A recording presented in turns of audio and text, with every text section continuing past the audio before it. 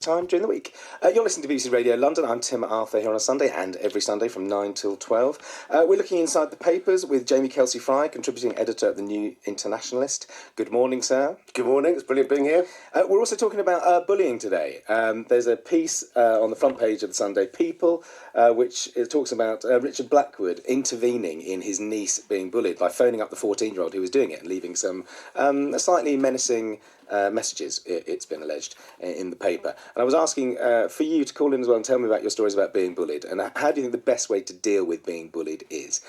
Jamie, so you said you're a teacher? Yes, yeah, I've been a teacher for over 20 years. So it's a very difficult one to deal with. I wouldn't approve, I wouldn't say it's a good strategy to get your child to point out who the bully is and then run across the road and grab the bully, or to phone them up and leave messages, threatening messages. I'm not sure it's a good strategy, to be honest. What I've seen work, and all the young people who are listening, by the way, if you are being bullied, do take this seriously. I know that everyone says, oh, you can't snitch and stuff like that, but actually teachers and schools have dealt with bullying for decades, and we have very good strategies of dealing with it. And I really do advise that you use your teachers, speak to your tutor, and that's the first thing you should do. Don't take any of that rubbish about don't grass people up. We know how to deal with it, okay? But here's a really interesting thing. I started teaching ages ago when the first Gulf War was happening, okay? And there was a really popular kid called Kane. He became a DJ Kane. If you're out there, you're a brilliant student, by the way. And he was highly respected. Now, there was a young refugee student back then who had come from Iraq. And a bunch of kids had ganged up on this kid from Iraq, and they were like bullying him and shouting at him. And Kane comes wading in and defends him and pushes them all back, and he's like really respected kid. And that's all it took. Kane said, "No one picks on anyone because of their race. I'm not having any bullying in my school." And I'm telling you now, that stopped bullying. If you can get an ethos amongst the young people, the kind of the peer groups, the respected ones, we just won't accept it, and we'll defend any kids who are being bullied, and we look down on bullies. That eradicates it. So really, rather than trying to do it from the outside, it's great if you can encourage an ethos amongst the young people themselves to have this sort of solidarity, to respect and protect each other, and that works. It's really, really interesting, but it's hard. But that's the best path to take. But young people, if you are being bullied, do speak to your tutor if you trust your tutor or your head of year. Do that, okay? We've had it for decades. We know how to deal with it. Don't suffer on your own. It can be dealt with, okay? Jamie, that's great advice. If you have some stories about bullying or tactics that you have intervened or what happened to you, give me a ring, 020 722 42000, or you can text us on 81333 and start your message with the word London, or email me, timarthur@bbc.co.uk. Right, inside the papers, Jamie. What are the big stories inside? Yeah, let's go through the round window first. Yes. Okay, well, obviously immigration is one of the main stories that people are talking about at the moment, and actually our current magazine is all about immigration. I'm going to leave you a copy. But there's a wonderful story on page 10 of The Observer today. It comes from a well-known e-petition website who have managed to gather 280,000 votes so far. It looks like they're going to be able to get Greek islanders to be nominated for the Nobel Peace Prize. Now, 280,000 signatures, yeah, that's what they've got so far. Now, that's really interesting. Listen to some of the stuff they're saying, okay? So of the 900,000 refugees who entered Europe last year, most were received scared, soaked and travelling in rickety boats by those who live on the Greek islands in the Aegean Sea. So, our editor had just come back from Lesbos, and she wrote about the experience in Lesbos. She was there when one of the main boats went down. She was there. She was part of the people taking people out of the waters. And I've got a lot of friends. I was really involved in that Occupy thing, Tim. I don't know if you know that, but I took it really seriously. And I'm very proud to say that I was out there for every day for 4.5 months. There are occupiers who've gone to Lesbos. What's interesting is there's a lot of people like that who are at the front line in Lesbos and at the front line in Calais, because there's no NGOs going to help. Governments aren't really helping. So it's people like us who are just taking it upon themselves, we're going to go there. I don't know if you remember in the 90s, but one of the first groups that went into Sarajevo to bring aid was a bunch of ravers, a sound system called Desert Storm. They're a bunch of techno loonies. Well, not loonies, they're brilliant people.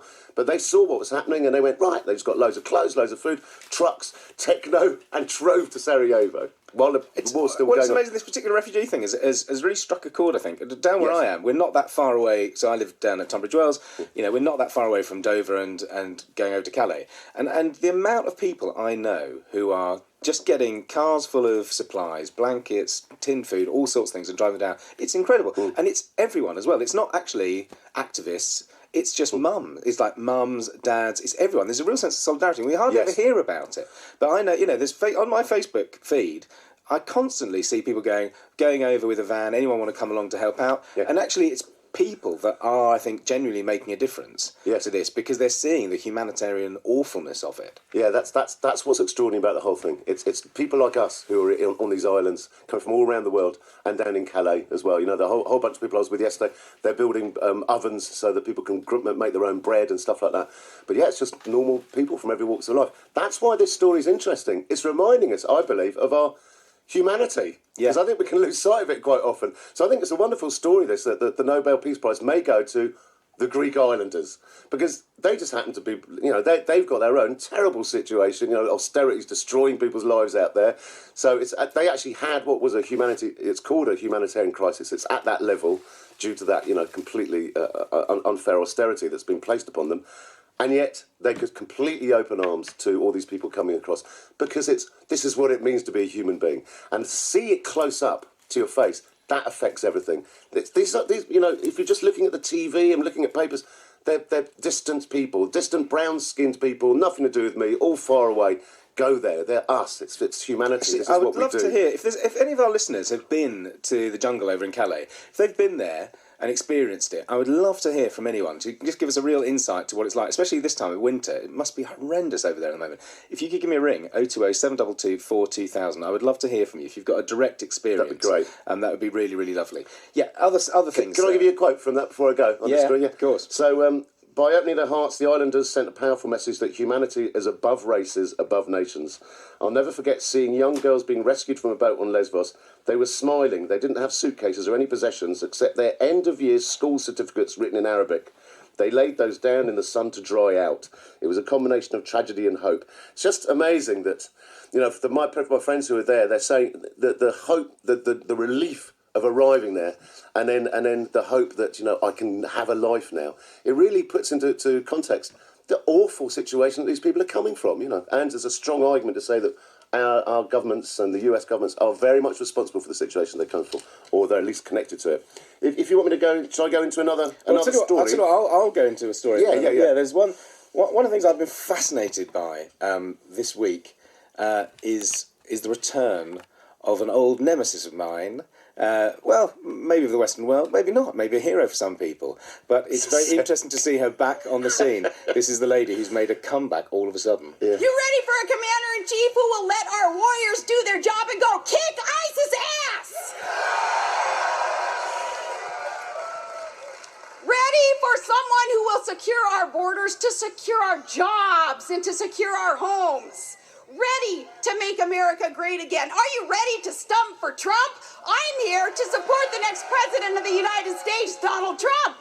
Sarah Palin is back. Sarah Palin. This was the most. I don't know if people saw it online. If you didn't see it, go and have a look. Actually, I would really recommend is go and have a look at Stephen Colbert, the Stephen Colbert Show, looking at Sarah Palin's endorsement of Donald Trump in the States. This presidential campaign is getting weirder and weirder. And this, for me, was possibly the weirdest ever political speech I've ever seen. I mean, Palin has a habit of saying bizarre and controversial and stimulating things. But there must be comedians around the world who are just rubbing their hands in glee, thinking more stuff. But some of the quotes she came out with, they're almost kind of like beat poetry. They're bizarre. Yeah, they're stump for Trump. Yeah, I know. It says here, how about the rest of us? Right-winging, bitter clinging, proud clingers of our guns, our God and our religion, our constitution. And then she just sort of get lost in the way and went, well, and then funny, ha-ha, not funny, but now, what they're doing is wailing. Well, Trump and his trumpeters, they're not conservatives enough. What is she on? I just didn't understand. I watched it about 4 times going, wow, and then I tried to look at Trump's face as well, to try and make out what he's made, whether he's going, this is the lady I want behind me. Oh, this is a bit and he's just got this glassy-eyed look, this sort of rigor mortis smile, of like, oh, that's good. But then I was reading quite a few. There's a couple of papers have got pieces saying there is a chance that it will be a Trump-Palin run-in, that Palin may come out of retirement and go for the vice presidency. This is the most extraordinary experience. I think everyone thought he was a joke, but as it's getting closer and closer, and we'll see this first round in Iowa and things. This may not be a joke. No, it's not a joke. This may be a full runoff between Trump and Hillary. You got to look at the influence of Fox News. You know, we can look at Fox News and have a great laugh at that, but Fox News is actually hugely popular in the States, and the people who follow that kind of news station are obviously the kind of people who actually would go, yeah, Trump's absolutely right. You know, let's kick ISIS butt and stuff like that. That kind of jingoistic kind of that language is so infected with violence as well, you know, and it's very much part of that. You know, every country's got its own sort of culture, and get a gun in America, you know, it's actually unfortunately been very much part of their foreign policy. Just like, if in doubt, shoot it. Yeah, and she's tapping into that. That's terrifying. She taps into it. It's very interesting, isn't it? What I was listening to a piece on the radio as well, saying that actually the more you look at American culture, the more different they really are from us. And there's certain things that are being said, I think, in the presidential campaign, that if any British politician said it, I just think they'd either be laughed out or they would remove themselves. They'd have to apologise and say, OK, I'm sorry, I've gone too far. They're saying stuff that even, you know, certain groups, you know, I'm thinking of the kind of UKIP kind of area, wouldn't even dream of saying, actually. They make UKIP look like really a moderate party. It's very interesting. You know, it goes back to what your daughter did, that course that she did. You said, that's not happening enough. Young people are growing up with no critical thinking whatsoever, so they can be spoon-fed any message you want to spoon-feed them, and they'll just lap it up. We don't have any critical thinking anymore, so that's why it's not that funny, that story, because they may come in, you know. Yeah. But you know, there is a lot of ammunition for comedians. At least there's a silver lining there. Yeah, for comedians around the world, Sarah Palin's back. Okay, back inside the papers. Okay, so this is a story that's been been around a lot the past couple of days. Of course, the Google tax story. Okay? 130 million. 130 million they pay tax. They've been forced to pay. So obviously we've covered tax evasion, tax avoidance for a really long time. Just to make clear the two words here: avoidance is when it's legal, and evasion is when it's not. Okay. Yep. BBC are doing a brilliant job on this at the moment. Have you seen Jack Peretti's programme about the Cayman Islands? Yes, yeah, I have, yeah. That was jaw-dropping. And also the guy Hayden from The Revolution Will Be Televised, he's gone to Wales, hasn't he? Have you seen this programme where he's in Wales? And that's fantastic programming. BBC's doing some great stuff on it at the moment. But the long and the short of it is we do not talk enough about corporate welfare. We're being told all the time we've got to slash social welfare, all those benefit scroungers, social welfare all the time, let's slash it. No, corporate welfare. If you dealt with corporate welfare, because it's you know, this is what happens in corporate welfare. Huge corporations get away with, you know, billions and billions of unpaid tax. I mean, this is ridiculous. It's a slap in the face to the country for us to be told that that's all Google's going to pay 130 million when they've made billions, and it's legal. And Osborne's like giving it to us. George Osborne, the Chancellor, is giving it to us as if, there, you see, we're dealing with tax avoidance. No, you're not remotely. You know, it's really important that people get perspective. We had a great story earlier on this week about 56 people you can fit on a bus, and they pretty much own half the world. Did you see that? Yes, story? I saw that. It's frightening. How? Yeah. The majority of the world's wealth is owned by just literally a handful of people. You can fit them on a bus, you know. Yeah. And I was on Jeremy Vine's show talking about it with someone from the Institute of Economic Affairs, and they were defending it, saying, you know, that's absolutely fine. They were going on to say, you know, but look at Mark Zuckerberg from Facebook, and look at Bill Gates, you know, wonderful philanthropists who are really giving out their money. So it's absolutely fine. Look, the facts are very clear. 2012, Bill Gates gave in philanthropy $3.2 billion. That's pretty amazing. Okay, but remember, he decides who I'll give it to. A lot of the kind of people he's giving the money to are actually propping up corporations. But the same year, in 2012, he avoided $4.2 billion in tax. And people need to get that perspective. I'd much rather that these corporations paid their tax, because then we democratically decide how we're going to spend it. It's a total fallacy that, no, you know, if you make corporations pay their tax, they'll go somewhere else. Absolute lie. In fact, if corporations were paying their tax, then that gets fed through democratically, will get fed through to services in the country, which means that the country is run much better, which means it's a much better country for a corporation to work in. We're being so lied to on that particular fact. They keep saying, no, we keep corporate tax low, you know, because then otherwise we'll lose the business. Rubbish. Absolute fibs.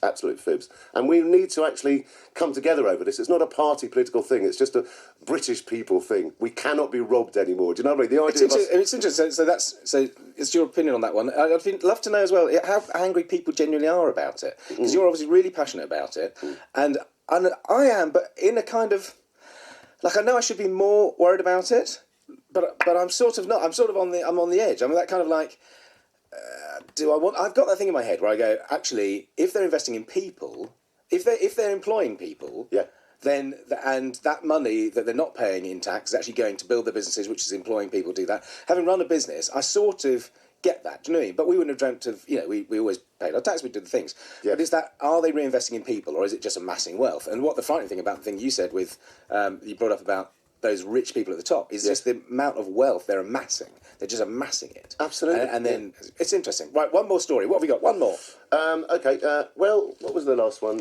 Oh, yeah, of course, teenagers. So this goes back to being a teacher. I'm not a dad, but I'm a teacher, and I've worked with teenagers all my life. But it's a great story on the front page of the Times, and it's talking about, all you parents out there right now listening to this, it's talking about how smelly your teenagers' bedrooms are, okay? Oh, right. The headline is Stinky Teenagers Losing Sleep, and it's a very interesting thing, actually. They're doing this research into why are teenagers' bedrooms stinky. Now, it might sound a really stupid thing to do, but that stink is stress. Really? Yes, it's stress, according to this. It's an Oxford sort of a think tank, Oxford University, said teenagers will be given advice on bedroom hygiene as part of a nationwide study into concerns that youngsters are so sleep deprived that it is affecting their academic performance and mental well-being. And it brings out something that's really important. Young people are really deeply stressed. The whole examination pressure that we've got, the league tables and things, it's absolutely wrecking their lives. And actually, but have their rooms got more smelly? Yes, because of stress. What really? Because I went in, when I was a teenager, I went into a lot of my friends' bedrooms and they were really bad. They just smelt really bad. If they've got worse, some houses should have to be closed off because, quite frankly, I don't know. Is that true? They got more? Is it because they're more stressed? It's got worse. So much so that's why they're looking at it, and they're saying it's because of stress. But they're doing three different tranches of tests. Okay, and we should bet on which one's going to be the best. There's one where the third group will be given lessons on why a good night's sleep is important and how to achieve it. I'm telling you now, if you've got a whole load of teenagers and you say, look, I'm going to give you a lecture about why sleep's important, they won't listen to that at all. The one that they'll get into is get up later. They need get up later. I heard this, and they were thinking of changing school pans. I heard that. Absolutely. And they should. The one I think they should give lessons in is just having a shower. Have a shower and a bit of deodorant, mate. And open the window. Open the window, have a shower, and don't stink so much. Jamie, thank you so much for joining us today. It's been a real pleasure, as always. Please do come back soon. Anything you're up to? What should we be looking out for? Well, what you should be looking out for is this particular... I'm going to leave you a copy, but our issue on refugees at the moment is amazing. There's just one fact I want to leave you with, which is, let's get things in perspective. There are 7 billion people in the world, and at the most, there are 19.5 million refugees, okay? It's easily dealt with. It's easily dealt with. We should be ashamed of ourselves not taking that many people in where there's 1 million in the Lebanon, where Greece is open to everyone. It's a drop in the ocean. We should actually really take this seriously. It's easy to deal with. It's been a pleasure being on here with you, Jamie, as always. Brilliant. Jamie Kelsey Fry, that's my Twitter feed. Thanks very much. Brilliant. Thanks, mate.